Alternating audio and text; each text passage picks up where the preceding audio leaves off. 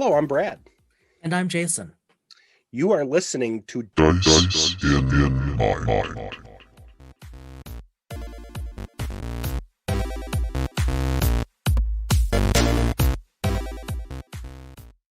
So this is the third of our three podcasts regarding world building. If you haven't listened to the prior two, I would recommend you do that. We are talking about this under the guise of doing a Star Trek RPG build using the Fantasy Flight Games Genesys role-playing system. It's the same narrative dice system, or let me rephrase that. It is a cousin of the narrative dice system that was developed for and used by Star Wars. There it is. So, one of the things, again, I've said this so is Jason in every one of the prior episodes. This is not meant as disrespect to Modiphius. Love the game. We just want to expand on areas, in effect, by building this, expand on areas where they haven't. And this week, the third of third, we're going to talk about character classes and character information. Yep. And as Jason and I talked about this before we hit record, I don't think we disagree. I just think it's that we haven't broached the subject yet. It's been kind of hanging out there, not because of any particular reason like we're afraid of discussing. There's nothing we're afraid of discussing, let's be honest. No. But this is where it hits the road, right? This is where we actually have to start to get specific and not just talk story. And I'll say this because this will be a good kickoff point for you. So, he and I have known each other since Jason and I, we've known each other since we were 18. So, in effect, around 30 years. I had always assumed, just in the back of my head, that if a real Star Trek role-playing game came out, because of your fascination with Jean-Luc Picard and Command, and for those of you who haven't, again, I plugged the leadership episode that we have, this idea of leadership. Yeah. I thought that you would, without a doubt, not second thought, want to play a Federation officer. Now, yeah. But what changed my mind about it was when you started playing Star Wars, rather than playing Age of Rebellion or Force and Destiny, you went down the edge of the Empire, the fringe world, in effect, path. Yep. And this is where you're looking for something that's of little more interest than what's out there already, which is more focused on Federation, now Klingons. We'll have to see what comes out in the future. I would suspect we'll see something Romulan, because those are the major three. I'm assuming. But I think the onus here behind especially this episode, and I don't think there's really disagreement, it'll just be a good debate, is how do you play characters in the Star Trek universe that aren't necessarily going to be Federation or Klingon or in effect, military officers. Yeah. And Discovery, and even more so Picard, and Discovery have taken us into a world where the Federation doesn't exist. The Federation exists in a smaller universe, even Discovery and Picard. So, that being said, there were things that are obviously missing for you that really drew interest, ignoring any sort of difference with mechanic per se. We can talk about the 2D20 versus narrative again. I think we talked about it a bit in the past. But you're looking for a broader swath of availability to role play within the Star Trek universe. Am I right? I think that's exactly right. I think that's the best. I think what you just said there, Brett, is the best either of us have been able to put it yet. And we've been talking, you and I have been talking about this issue and the lack of availability to play Star Trek like that for a couple of years, actually. And I think what you just said, the looking for a broader range of possibilities across that, broader opportunities, I think that nails it on the head. Yeah, I think, for us, if you look at, and there's a lot of great stuff. I know the Shackleton Expanse book just came out from Modiphius, which is on order, yes. And now Modiphius actually has a distribution facility and in the Americas. So now you can buy, and it isn't shipped from overseas anymore. Nice. So, which is fantastic. Good update. Yeah. Yeah. and I still love their stuff, but if you go and look, you can't play, a Picard that's outside of Starfleet, or a No, Rios, or if you go, what Burnham was doing in the time between when can't be a she, runner or whatever, a yeah, courier, right? Yeah. yeah, Well, independent of time period, mhm. you, it's really kind of limiting, and I think for you, you want to step outside those limits. Yes. Yes. I think, in all honesty, I felt like you have, it's turned up a notch. That's a wrong way of putting it, but I think people will get my point. After watching Picard and seeing the epitome of Starfleet captaincy and leadership, Yep. now is outplaying on the fringe. You know, Yes.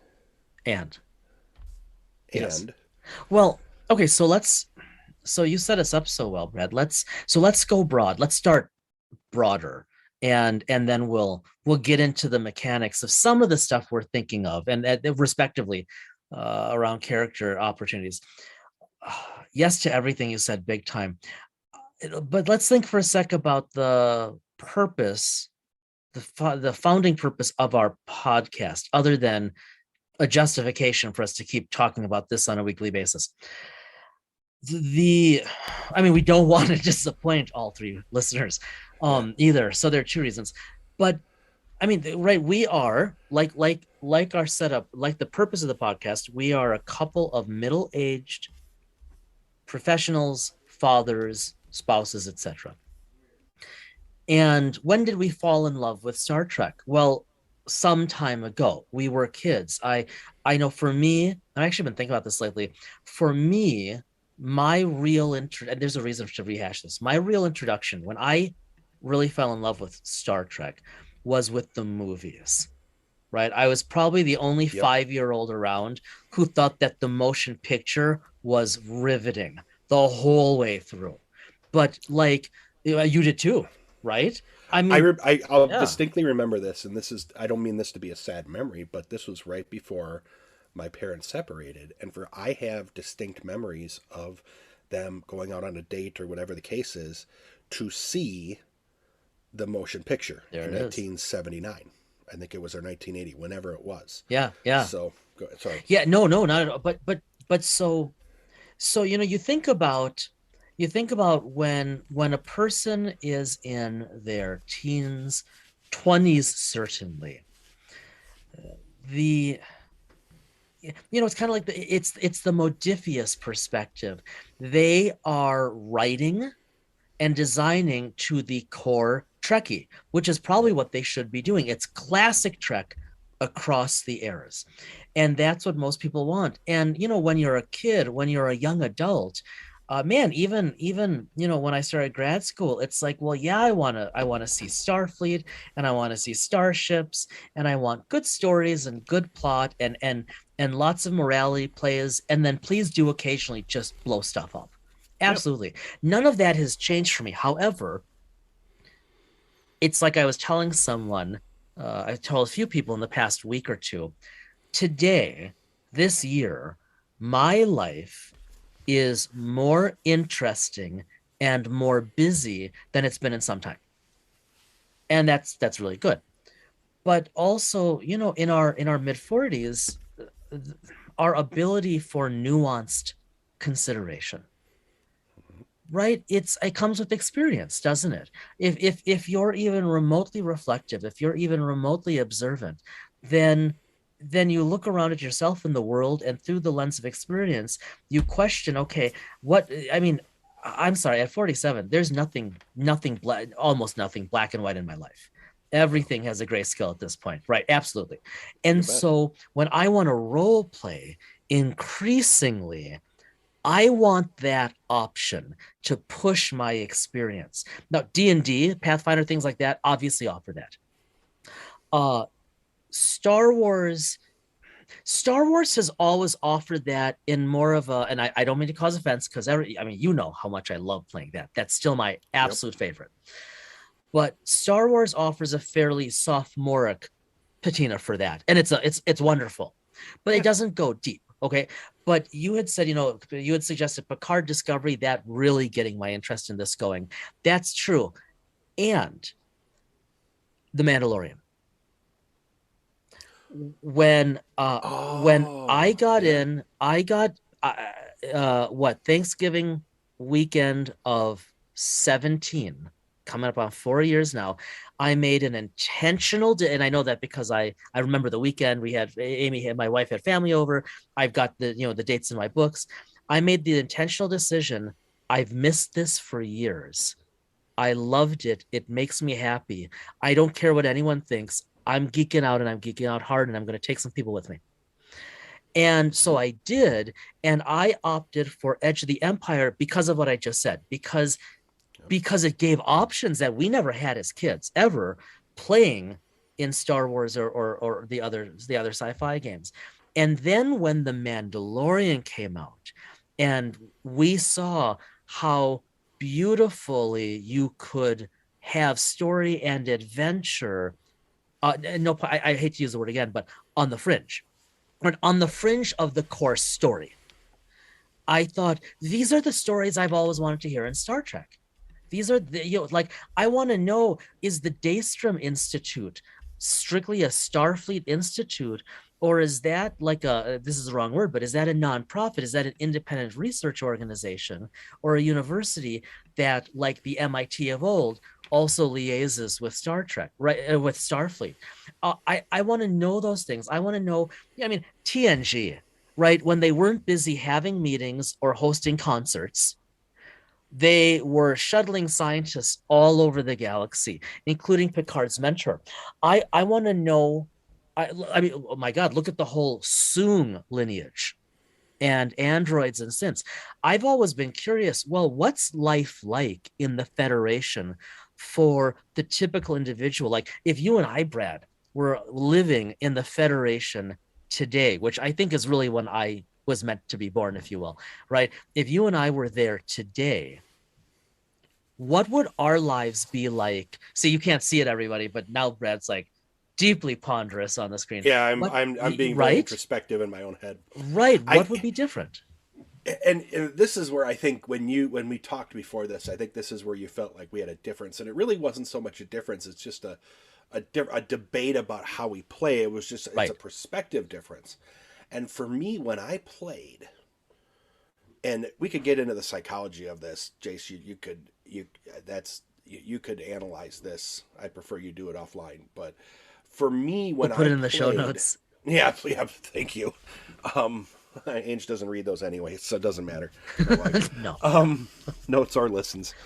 They had a debate upstairs actually what the name of the podcast was. Was it Dice of Mind, Dice in Mind? So My wife calls it fun with flags. flags. Yeah. Right. Yeah. So um I remember the first steps out of the Federation, the Starfleet mold, if we go back, is Star Trek 3 when they steal Yeah. the Enterprise. Very good call. Enterprise is destroyed.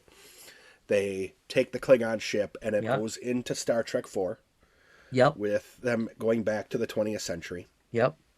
which at that point was like the year we watched the movie. Now it's what, 30 years ago, It's right? amazing that actually worked as well as it did. It worked Yeah. really well. Yeah, with Scotty lifting up the mouse and going, "Hello, computer." A keyboard. Yeah, How how quaint. quaint. And ironically, I just saw in the news recently something about a clear metal, like transparent aluminum, and it's like, oh, Scotty was here. Yeah, you just mentioned that the other day. Yeah. So for me, I always wanted to role play within a realm where I was just off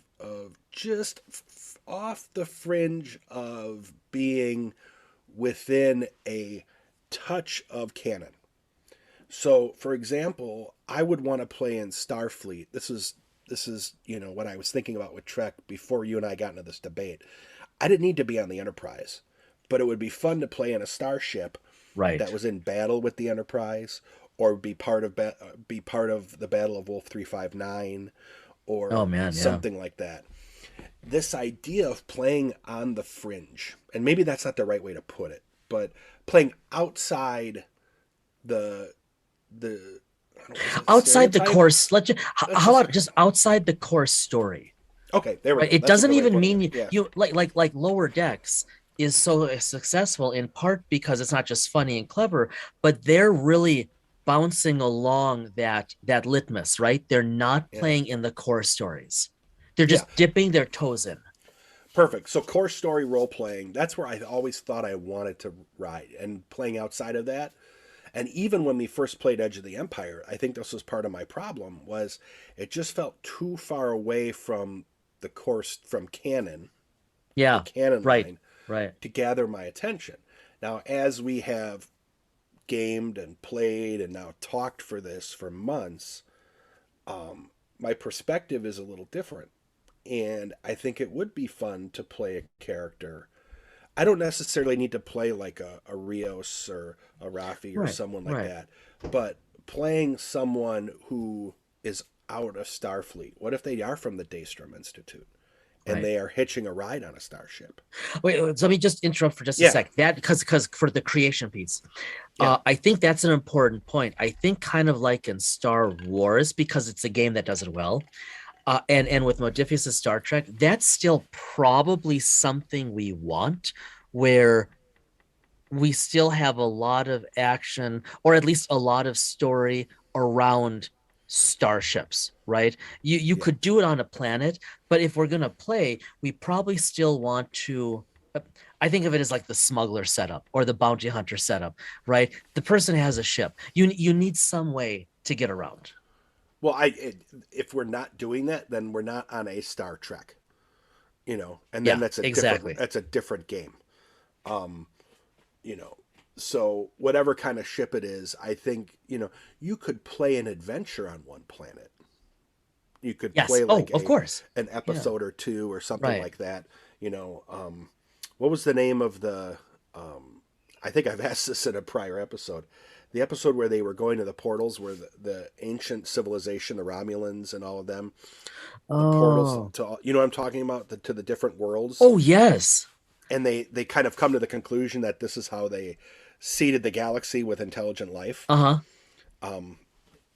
You could play a whole episode on a planet doing that, Absolutely. or the goodness gracious, the cage, Mm-hmm. or Mm-hmm. any of these others. Mm-hmm. You don't have to play that as a Starfleet character. It will be weird for me to do something like that, I will be honest with you, because my idea of playing had always been in the back of my head. I want to play a character that is like the characters I see on TV. It sounds a But little sophomoric, well, no, it but doesn't, and we still can. I mean, the game absolutely has to offer that, because I think honestly, the typical player would probably do that, would choose that route. I think what will help to distinguish our adaptation of Star Trek is that there will be more opportunities. But I do think that then, and you and I have talked about this before, Star Trek is limited in what it offers in terms of available canon, right? So yep. And again, it maybe it's not fair to compare it, but I'm going to, because I think it does work. Star Wars is such, well, first of all, it's truly galactic, and it's also, let's face it, as much as I don't think of it that way, it's sci fantasy, and so anything goes, and and and you are rarely at risk of violating canon as long as you stay away from a couple main characters, a couple main themes, because it's such a big Well, you galaxy. have the legends. I mean, Star Wars canon is trying. The actual canon is like trying to find a needle in a haystack. Just for Right, beginners. but then with Star Trek, it's the opposite, and so we've seen so little non. Let's be realistic. After 800 plus episodes and 55 years, we have very little insight into what Federation life looks like. And honestly, I think my main impetus for coming to you guys, you and Brian, back in the day, saying, we should like play, we should make a Star Trek game of our own.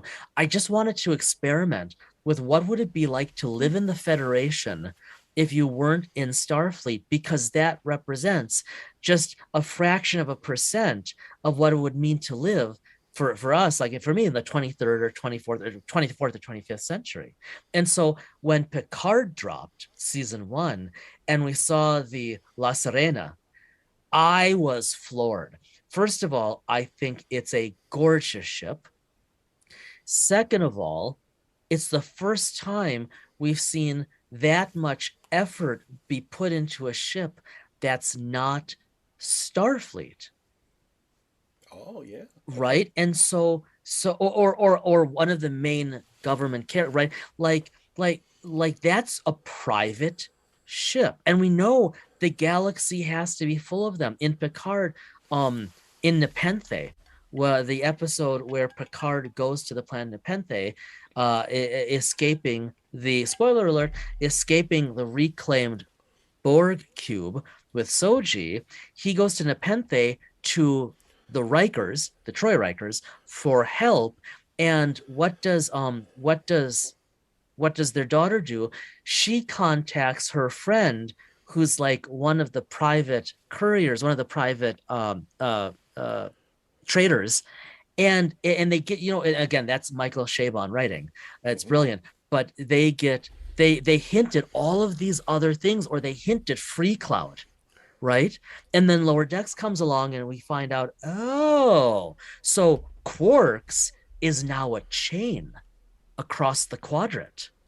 How, right? And that's the stuff at this point in my life that interests me, because the stories haven't been told, and they might be like, it's the, go back to Star Wars for a sec, it's the Dr. Aphra stuff. It's not the Luke Skywalker stuff, because we've done the Captain stuff, we've done the Jedi stuff. I still want to have Jedi powers, both in my character and in real life. I'm working on it. It's slow, but I would love to see, yeah, your mind tricks don't work on me. I would love to see the broader world, quote unquote, through the Star Trek lens, selfishly because I want to live there. You know what's funny is I think it is probably because you hear a little bit on the podcast. I think I've mentioned before, we can be quite a bit more acerbic in a good way with each other. We've all been together 30 years. We'll take our shots here and there for humor's sake. I think you explaining it right now, the way you explained it, is probably the clearest way I've heard it in our talking. And it may very well just be that I wasn't or didn't want to listen to it. I don't know. But I really think that the way you explained it, the Federation component to it, now I'm fascinated by this idea. But this goes back into world building. How do you start?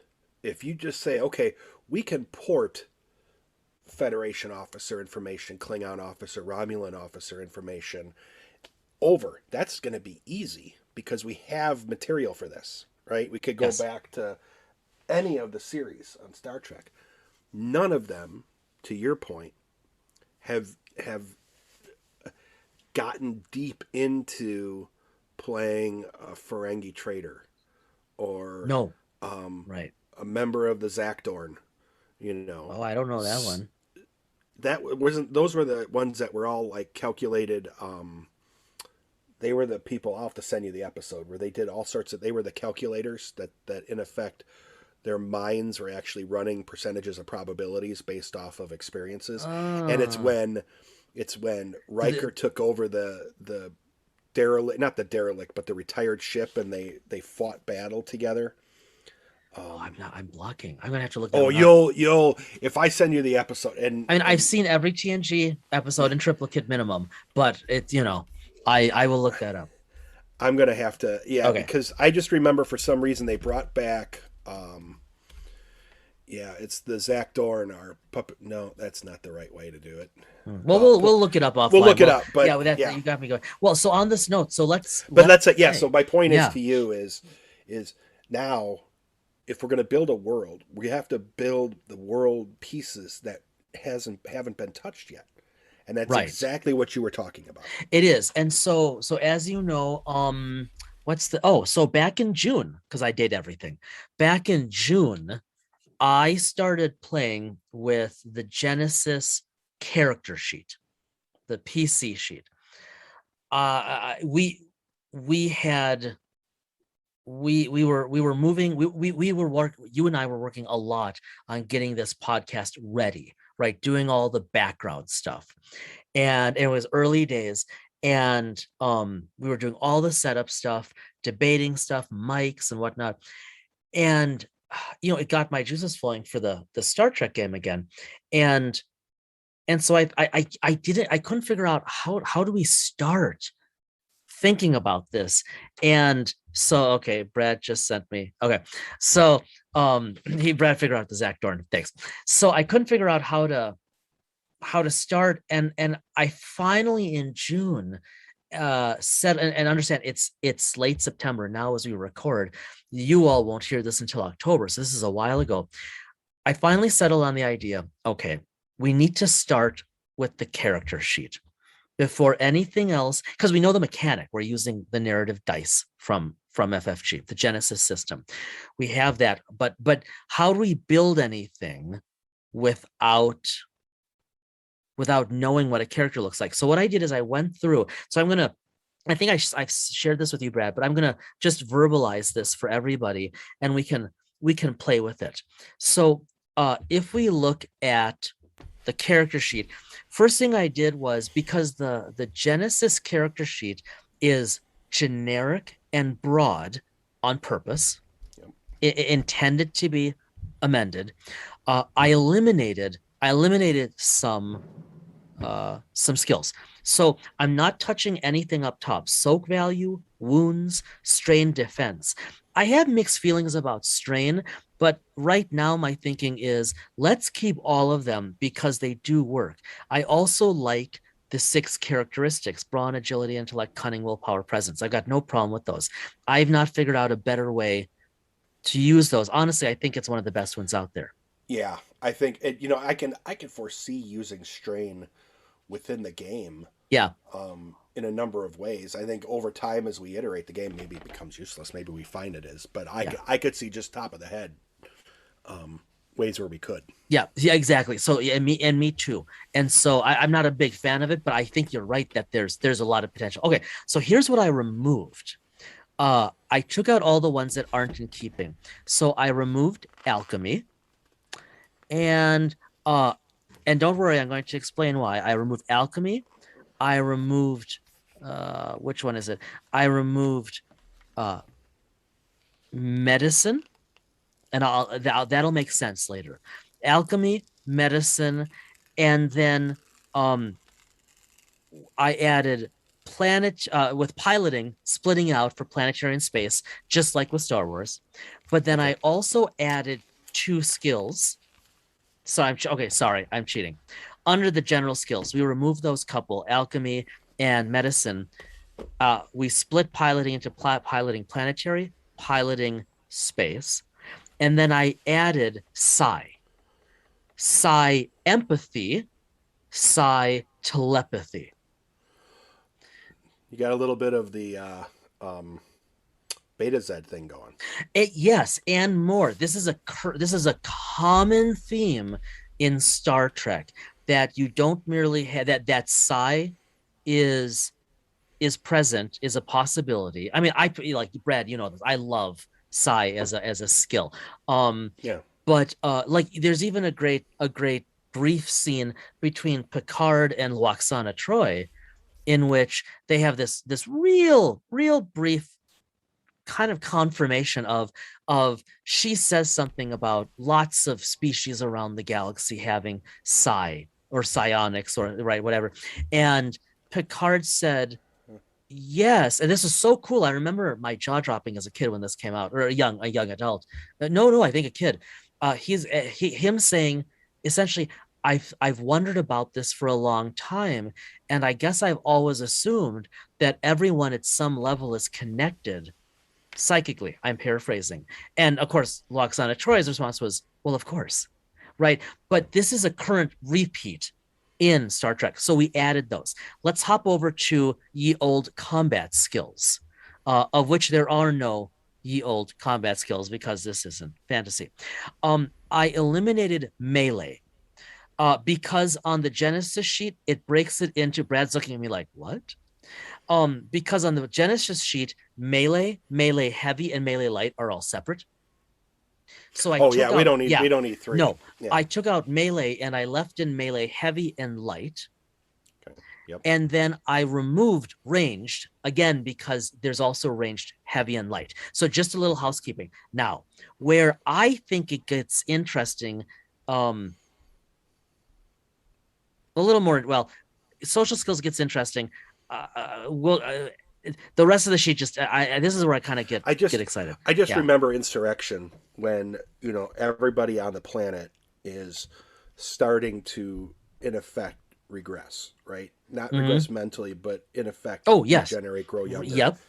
And they were getting chased by, God, who were the villains in that? I can't remember the name of them. Well, they were not the Baku. Those were the good guys. Yeah, the Baku, the evil I were can the see Baku them. that left the planet. Well, the that's point going to come to me. Yeah. is I remember Worf just beating the snot out of some of these robots these drones in effect that they were grabbing and shooting darts. Right.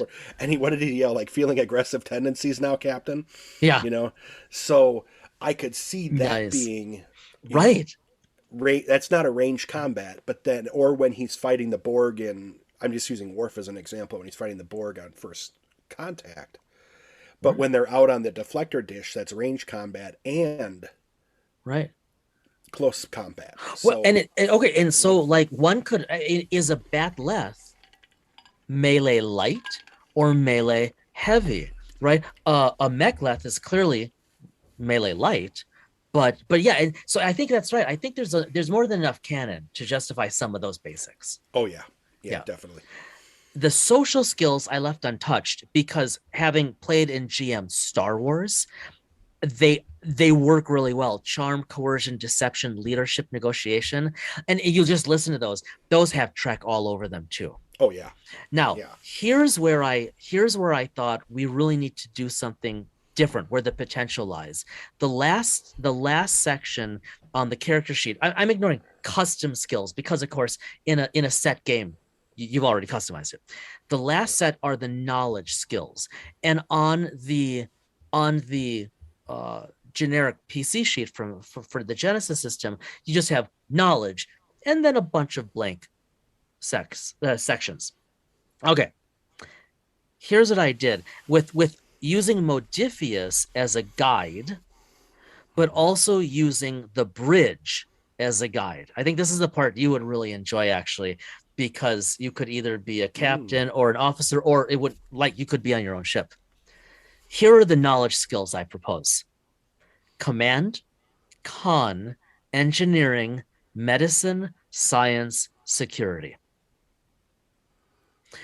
I don't personally like how Modifius that's does limiting, the 2d20. Yep. Yeah, isn't that a little limiting though? I mean, if you think about it, think about being a runner in, like you have with Discovery series season 3, right? Yep. Or, so those aren't, and maybe this is what you're getting to and I'm jumping the gun. There's knowledge there that a runner might have that a Federation won't. I mean, what is the episode when they're on the planet looking at old starship materials? They're in effect like in a starship junkyard, and they were kind of laughing at self-sealing stem bolts, because those are kind of things that they talked about heavy in DS9, and it came up as a humor. Yep. So, what about that type of knowledge outside of traditional? Do those cover that, or do? So no, I'm sorry, I didn't mean to cut you off. I agree. This is that, and that's where I just stopped because I wasn't sure what to do next and where to draw the line. So, like in Star Wars, what you're talking about are and like D&D, and I know Pathfinder has equivalents, but in Star Wars, you have several of them, such as knowledge core worlds, knowledge outer rim, knowledge underworld, things like that. Those actually, now that you bring those up, I hadn't gone that far. Those would be really important too. Like knowledge Orion Syndicate. I mean, someone can be like Chief O'Brien was very knowledgeable in the Orion Syndicate, but didn't necessarily know about underworld outside of that, you know. Yes. So you Yep. could pick the major underworld or fringe, I keep using the word fringe groups, and Hmm. have, and again we're getting into probably too detailed, but a general underworld Hmm. knowledge, an underworld, a heavier underworld related to one or the other, the Ferengi knowledge of the Ferengi culture. What about culture? You know, Yes. Good. so you can have, if you think about it, so Deanna Troi was an ambassador in many ways on that ship. She was a Hmm. counselor, but she was always brought in as an ambassador when they were introducing and new when they came as first contact Yep. or everything else. And part of it Yep. was her skill, as her size skill. Part of it too was her skill at understanding cultural differences. What You about know, like culture colon? And it wouldn't just be culture, like culture colon Federation Ferengi, and you write it in, yeah. and then you have it. And then we could do maybe so okay, so what else would we need to do? This is good. What else would we need to do? Culture, keeping with track. Culture is a big one. Yeah. Okay. Culture's a big one. You have command and con and everything like that. Um, Oh, what? Hmm, I was just gonna say, hmm. so this idea. Let's go back to this idea. There was an episode where it was a first con. It was an episode in TNG where they were making first contact with a planet, and they realized that the planet wasn't ready for them yet. So they came. They said they would come back again someday, and they marked the planet off as stay away. And I can't remember. Boy, I'm really bad at remembering the TNG I'm episodes. not. I'm tired. I'm not remembering it right now. Yeah, this is one where, so Picard and others in captains, not all captains were tasked with first contact Right. Right. Absolutely. experience. So, what's the right? And I'm not talking about this being a command skill. I'm talking about this as maybe this is just a derivative of culture, but um, you know, maybe I'm over parsing culture. I'm thinking that that's a big component of Star Wars has all their aliens, but they don't dive too deeply into them. Star Trek, this idea of, I mean, what's the new Star Trek series with Captain Pike going to be called? Strange New You know, Worlds. bingo. So, how do we handle besides culture? What skills would someone need to enter into a new world and adapt and become knowledgeable and comfortable, you know not even like the subtle skills that a captain might have to make them a good first contact type of captain. Like Picard would be good Yeah. at that, others wouldn't. Okay, so devil's advocate on that then. So because I Mm-hmm. right, this is the slippery slope I hit when I was doing this, and this is the challenge I think for every game, every Mm-hmm. tabletop RPG, and every character sheet of you can just do this ad infinitum, if not ad nauseum, right? It never stops. You can get hyper specific, but at the end of the day, doesn't well, at the end of the day, maybe you don't have to do that, and it rests with playing your character truly. It rests with playing your character honestly. So for example, okay, Let so me for interrupt yeah, because okay. let me just say this, because I'm thinking now that you said that, I think you hit it. Is this a mix? I just think I answered my own question in some way. It's a mix of command and culture, knowledge of culture and command, and then some of the other skill sets. I think get you to that type Yeah, of first right. It's contact. like in any other setup, you build it, right? You want a complementary set of skills. But so Yep. like you look at the at science, right? Well, that doesn't mean you that doesn't mean you're good at everything with science. Maybe your character has an advanced degree in underwater biology, maybe right engineering, maybe you're an expert at putting out I don't know, right? But that's my point. They're not carte blanche. They allow you to they allow you to roll. I mean, that's the thing.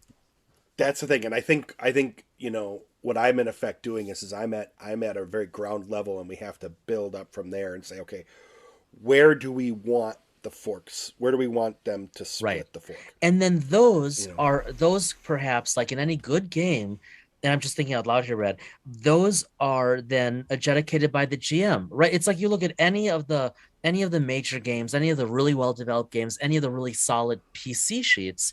Well, that stuff isn't there because it doesn't need to be. It's well, I'd like to roll this. Okay. If I'm it's not over obvious. crunching. I'm over No, crunching. but I did that, and that's why I stopped back in June because I was over crunching, right?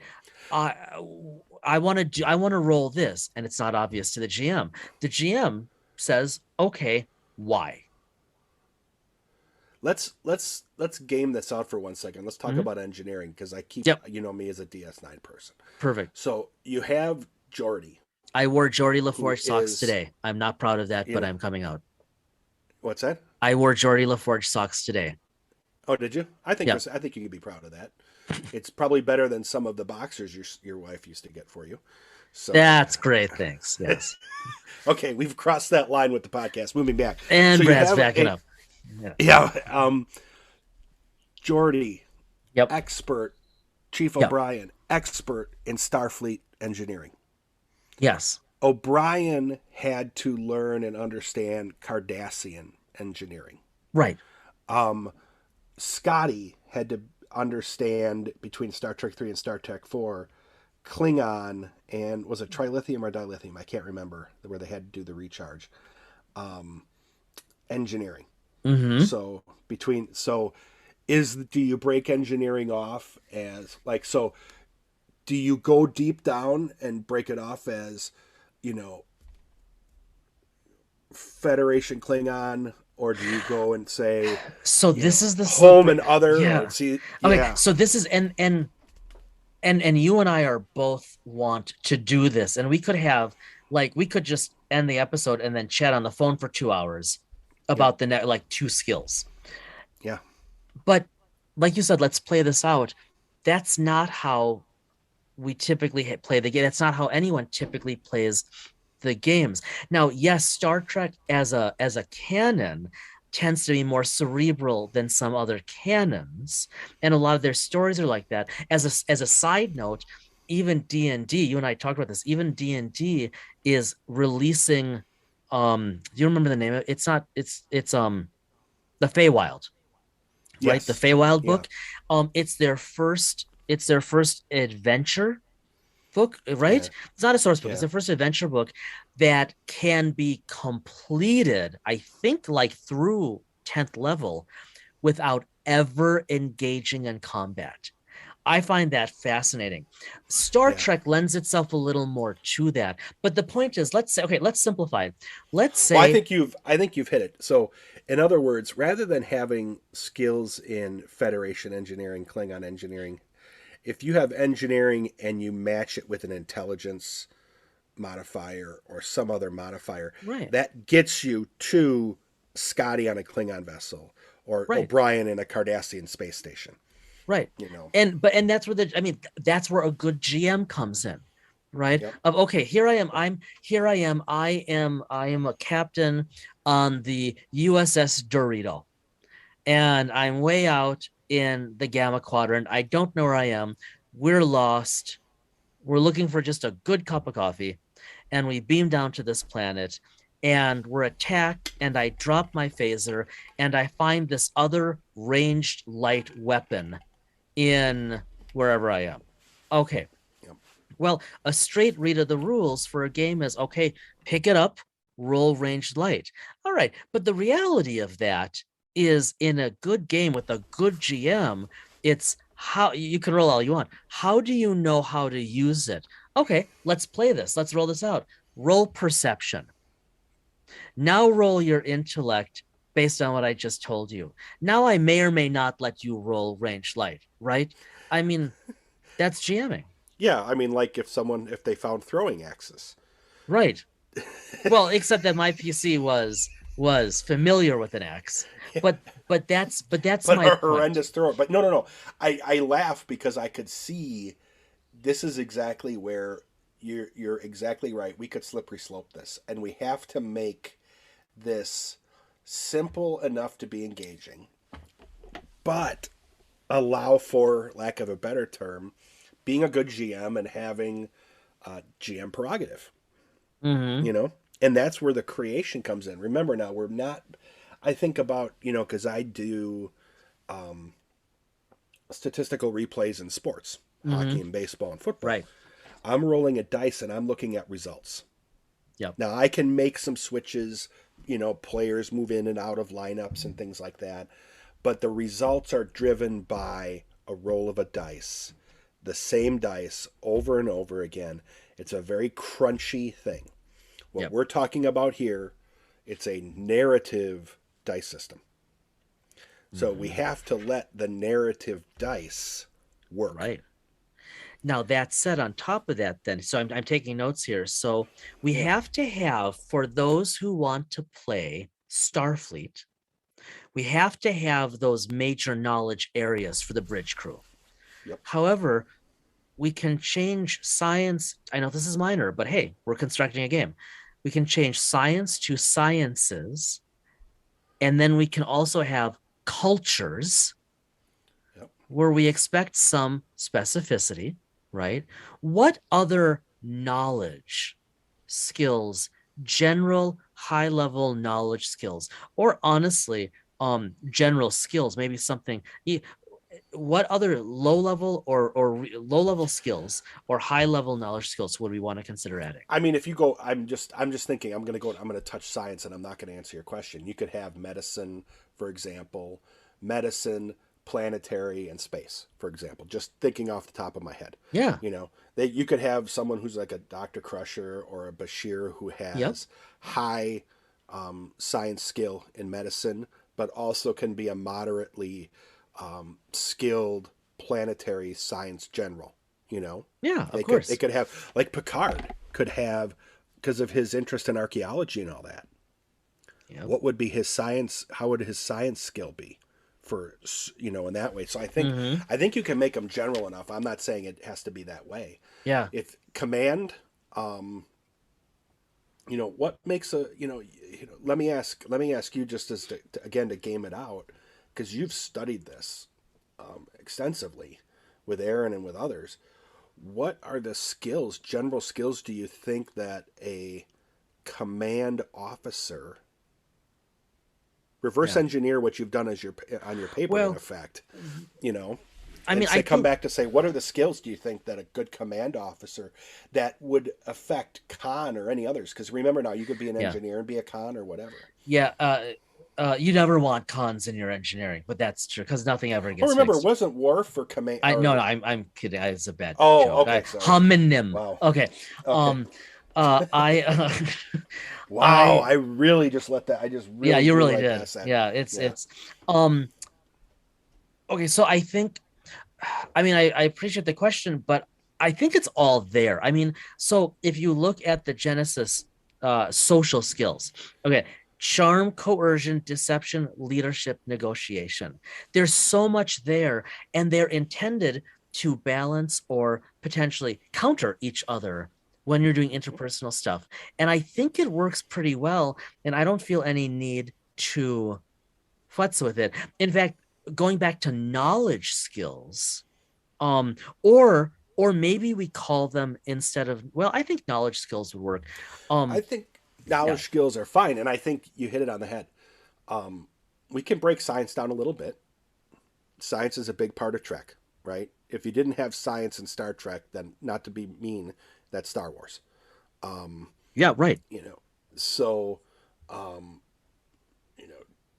science, engineering, or combat. I don't even know if we need to do anything with engineering other than, is there a way we can is there a need to split out? Do we have to have Geordi and Reginald Barclay have different skill sets? Do they have different knowledge skill sets? You could argue that obviously the personalities, so the modifiers and all that would be different, but the skill set, I think, is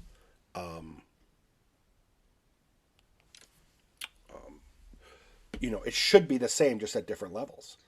I Right. think where you have the greatest skill is the greatest need for knowledge skills is really mostly around science. I think, maybe weaponry. Yeah. What about starship? What about something related to starship Well, okay, knowledge? so that's excuse me. I think okay, so this is where I think we're getting lost in the weeds, and this is Yeah. this, but it can't be helped. So, in keeping with Star Trek, command con engineering, medicine, sciences, securities, whatever, taking from Odysseus, which is just basing it off of the bridge, Hmm. in order to allow people to play Starfleet roles, doing something around those, I think, is important and is useful. Now, as you're talking, I'm taking notes, and I'm thinking because Star Trek is unique, right? It's very tech heavy, it's very science heavy. We can so we can take the technical skills out of the general skills, Yep. okay, and then the knowledge skills can be more, shall we say, career, like role based, much more. Or oh, Yeah. you know what, no, why don't we have bridge skills, list those, then that frees up the knowledge skills, and then the knowledge skills won't feel so restricted in our discussion. So for example, what if Yeah. Visualize this for me, so if you what could. if, and this is for all the listeners too, what if we have bridge skills, and under the bridge skills are command, con, engineering, medicine, science, security. Okay. Now we have knowledge skills. And under Yeah. the see, because now we get some conceptual clarity, some separation. Now we have things. This is where we can have culture, colon, and then you and I could come up with a few basic ones. We could, like, how about this? The major groups, just the major ones: Federation, Klingon, Romulan, Ferengi, like, just actually probably not even that many. And then a culture colon for Yeah. specialization. So we could have culture. We could Could have, that be part of the tree? Could that be part of a skill tree? oh, see, now you're talking the talent trees. So, Yeah. and we Is haven't there even is there a gone way? there. Could we move that into talents, like understanding the culture of Romulus versus the culture of the changelings, or the culture of the Yeah. Jem'Hadar, I mean, rather I than think that's, yeah, I think, man, I think, like, I can see how the first iteration, when we start to test this for ourselves, maybe Mhm. we would do it, I don't know, Brad, without talent trees. And then as we're playing, Yeah. look for opportunities.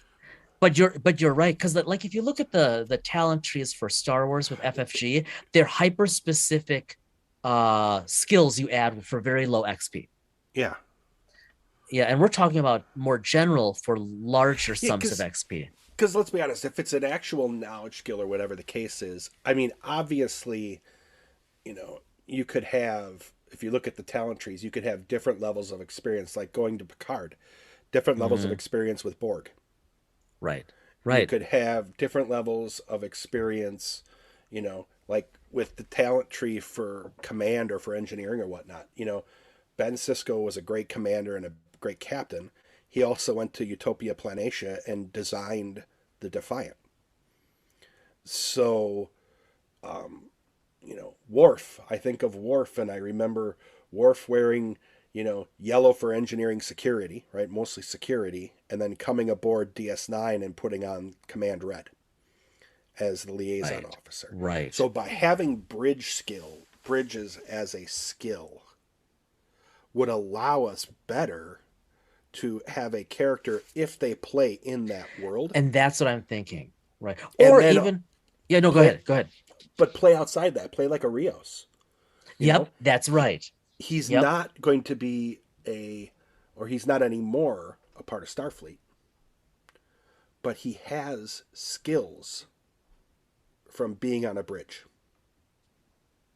And he, like, if you want a captain, well, you probably need some command. Yeah. Yeah, Hmm. if you're flying your own ship, remember now, Seven of Nine, her parents were Borg researchers, remember? And then they Hmm. got caught, and Annika Hansen got assimilated into Seven of Nine. So they had science skills, they had research skills, they had, in some form, maybe poor command skills because they didn't keep their ships safe from the Borg. Yep. So I think that allows you to broaden. It doesn't have to be Starfleet anymore. It allows you to broaden your character outside of being a member of the Klingon military, Starfleet, the Romulans, the Tal Okay. Shiar. I mean, So that's the other thing is we won't have time today. We have to talk about subterfuge and spy. I know we've talked about Underworld and all that, but a mhm. big part of DS9 especially and all that, and even Yeah. Picard are those the Tal Shiar, the Obsidian Order, Well, and Section those 31. skills are under general skills, right? In terms of skullduggery, streetwise, survival, things like that. Those are built into the system for us already. But let me play devil's advocate to that. We won't answer this tonight because Yeah. again, this will be a 3-hour episode otherwise. That by you telling me that, that tells me that maybe anybody could be in Section 31, whereas Julian was much more apt to be a good Section 31 operative than O'Brien was. Hmm. So do we need? Does that become part of a a talent tree, or is that a skill, Yeah, or is it right. just played out? Exactly. Okay, how about this as one last pass at this for everybody? So under the technical skills, we keep things like astrocartography, computers, driving, medicine, mechanics, I'm sorry, piloting, planetary and space, riding. Because you just never know when you're going to be on a star destroyer riding a space horse. Wrong canon, but Well, still, what it was makes you wonder. didn't Picard have the the Jeep thing in Yes, exactly. Yeah, in Nemesis? in Nemesis, that's right. So, and we both love to drive, so you got to keep Yeah, driving in there. Under bridge skills, we limit it to command, con, engineering, and security. Back to just the core. Under knowledge skills, and some of these would have colons after them. Okay, ready? yeah. In no particular order: sciences, arts and letters, cultures, fringe, underworld, and then I'm not sure what to call it. Let's say Federation. Yeah. Well, do you need that, or does that become a talent tree? I think so. One of the things I've seen useful in Star Wars is when you have yeah, Federation as in and that's general.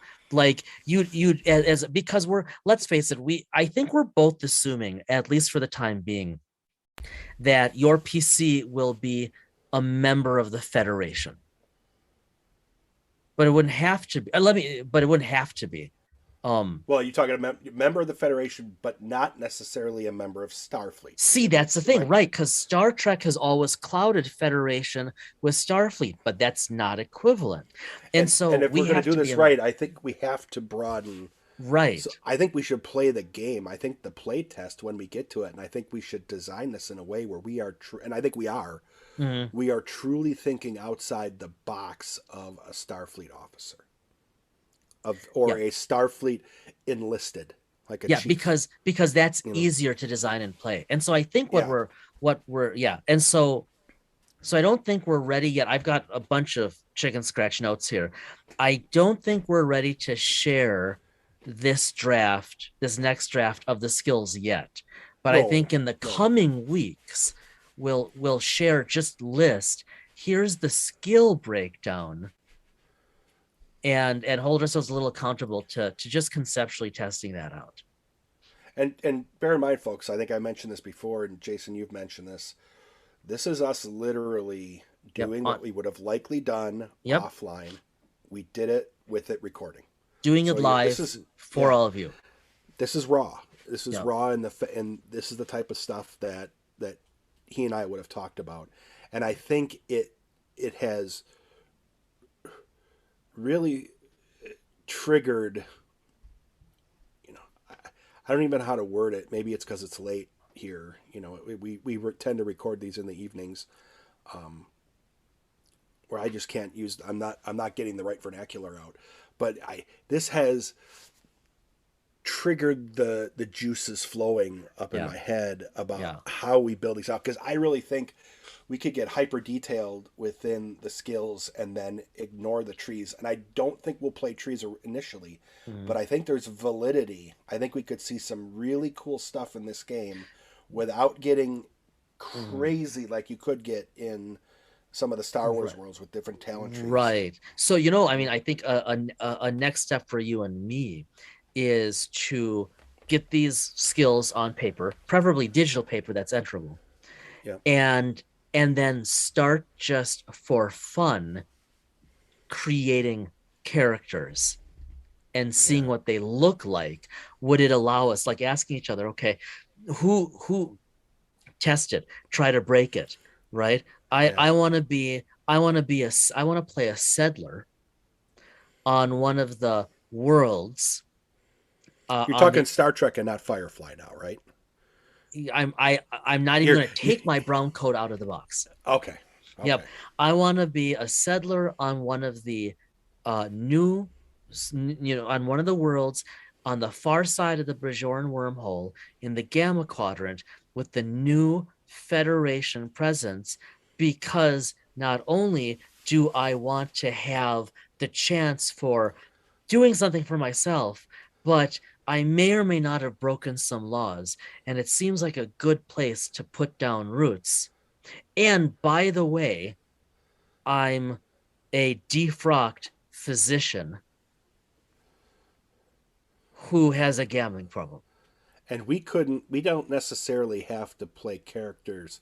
They could fall into each other's laps. Like my character could be a graduate of the Vulcan Science Academy whose background is in terraforming, because he helped terraform that planet for settlement, as well as someone who has skills, I'm using the term generically, not on paper, around cultures, and is now researching the culture that ingrains itself into the society on that planet. And then, not to totally bore some of our listeners, and then they'll shoot stuff too. Otherwise, we're like making Star Trek : Pocket Protector, the role-playing game. As you put your glasses, you grab the middle of your glass and Exactly. Right. We'll try to avoid that. Okay. But no. But the point is that we want to design with, if someone wants to play, that's probably a little bit, we've gone to the far side, but we want the game to allow that to happen. Right. It just has to be an openness to it. Okay, we have probably gone into the weeds enough for this evening. Yeah. Let's wander over, sir, to the GM corner. Yeah, and my brain is so fried. I'm thinking about. So, I'll tease this as we're doing. So one, I still have here, because we still have yet. It's been a busy period for us, but I still have my Edge of the Empire book right here on my desk. I'm really starting to chomp at the bit to play. Yep. So we need to get moving on that. I have my player's handbook right here as well. I'm not going to pull it out because of my bookshelf. And then I have another book, which we've talked about. Yeah.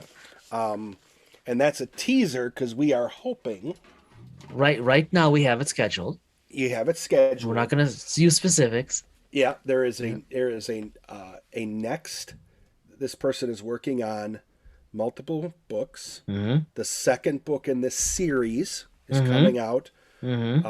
Not next week for us, but the first week of October. And we've got an interview scheduled with them. Yep. So I think for me, I had been looking at that book.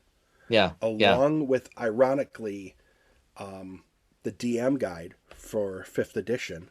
Because as a break from Homeland, which is the name of our larger universe, building out just to test it. Building out just a dungeon crawl. Yeah, we have our friend Brian has been wanting to play. So I thought if we could get a couple people together, even some of our friends and family who aren't necessarily gamers, you and I talked about this when we had a get together with the group, Yep. and we didn't get around to it. Yeah. But just have a straight up dungeon crawl, hack and slash type of Yeah. event Yeah. with folks. So I've been using the book. Yep. Bum bum bum. You know, I'm excited to see the second book in the series. Yeah, the second one I think looks even more interesting than the first, but that's because I'm so fascinated by the content. Yeah. So that's really where I've been this week Mhm. when it comes to RPGs and everything is that it is constantly on my mind that we have been doing a lot of recording, which I absolutely love doing these, more so than ever. Yeah. But we gotta do some gaming, and it's on me, and it's Well, really on no, me. it's Yeah. both of us, and I was actually planning on talking to you offline after we're done recording Yeah. because we've got to actually play either D&D or Star Wars because both of them are waiting for us. Yeah, we have to. We have two games that are sitting out there calling our name. Yeah, prepped. Yeah. Yeah. I mean, we really don't have to do much work to Nope. jump into it. I think I just need to finalize with Star Wars with you my Starship, and we'll talk yeah. about some of that in a future episode as to Yeah, that'd be fun. in the DM corner what we're actually doing with the game, Yeah. the games. So, what about you? I'm just gonna riff on what you said. Next week, our 20th episode will drop, which is a little surreal to me. It seems like just a day past yesterday that you and I actually recorded our first episode, and we went from monthly to now weekly, with every once in a while a bonus episode, an interview or a short story or something. By the way, did you drop the short story when I Yep. told you to? Yeah, Okay, good. it's there. Yep.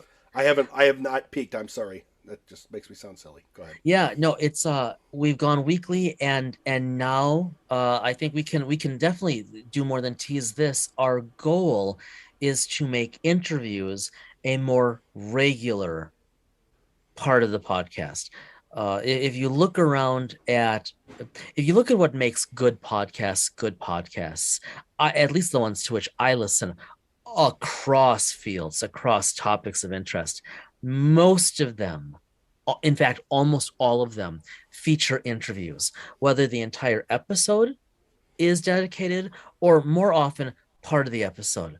Now, Brad, you and I are a long way from being able to offer weekly interviews, but we are aspiring to get to monthly, and they're going to be woven straight into our episodes. Not that we might not have some additional episodes. You're right. We had our first interview with Brian, and that was a special episode. Then we interviewed recently Rob, and that's much more in keeping with how we're going to run these in the future. Well, and I in effect we turned the tables. I interviewed you and Aaron. That's right. Yeah, that's right. Yeah. And I know my friend, my gaming friend Steve and I are still working to connect. Yep. Steve's on the East Coast, and there's been plenty going on the East Coast with weather and everything. Yes. So that's still on the docket to do. It's just a matter. He Awesome. works in a field that makes certain times of days unavailable. Right. And then he's also a musician. But we are actively seeking interviews. Yeah. Yeah, and I think this next one that you're going to hear, this is going to be a good one. So we were very, very lucky. I think so, because we're not. I mean, anyone can get us to interview. When we say we want to start regularly interviewing people, we mean we want to regularly interview creatives, people who are involved with the work of role playing, and we mean we want to get people with names. And specifically, listeners, what we mean by that, because Brad and I put a lot of discussion into this, is not the people that everyone else gets. We're not interested in reiterating. I mean, don't get me wrong, Will Whedon, we want to interview you really, really badly. Yeah, come on over. Yeah. In the meantime, we want to interview and share with you what we learn from the people who are writing the books the RPG guides, manuals, and adventures we love to read and maybe play. We want to interview the artists who are creating the imagery. We want to occasionally probably interview really stellar GMs who are out there. We're not just looking for people we know. Dice and Mind is going to start to continue to grow. And part of that is going to be, we're going to start next week with episode 20, interviewing people who are involved, like really doing the work. Like, these are the people who are being published. These are the people who are whatever, and making the games we love to play, or making them better. The people, when we pull out our tomes and our books, the build Right. adventures or anything like that, Mm-hmm. those are the people we want those types to be in our interview pool. Right. There are other folks that may want to come in and just talk about the mechanics of these, and that would be interesting as well. So, Yep. Yep. yeah, plenty more to come. 20th episode, monthly to weekly. Again, we love that you allow us, you as the listeners, to indulge us as we record and talk the way we would talk normally to each other offline. Yep. So, And increasingly, we are going to bring in third voices, third parties to enrich us all, teach us all, have some fun along the way. So, as always, everyone, be well, stay well. Please make sure to check us out on our various threads. If you, as my daughters tell me, if you are of a certain age, please go to Facebook. We are there.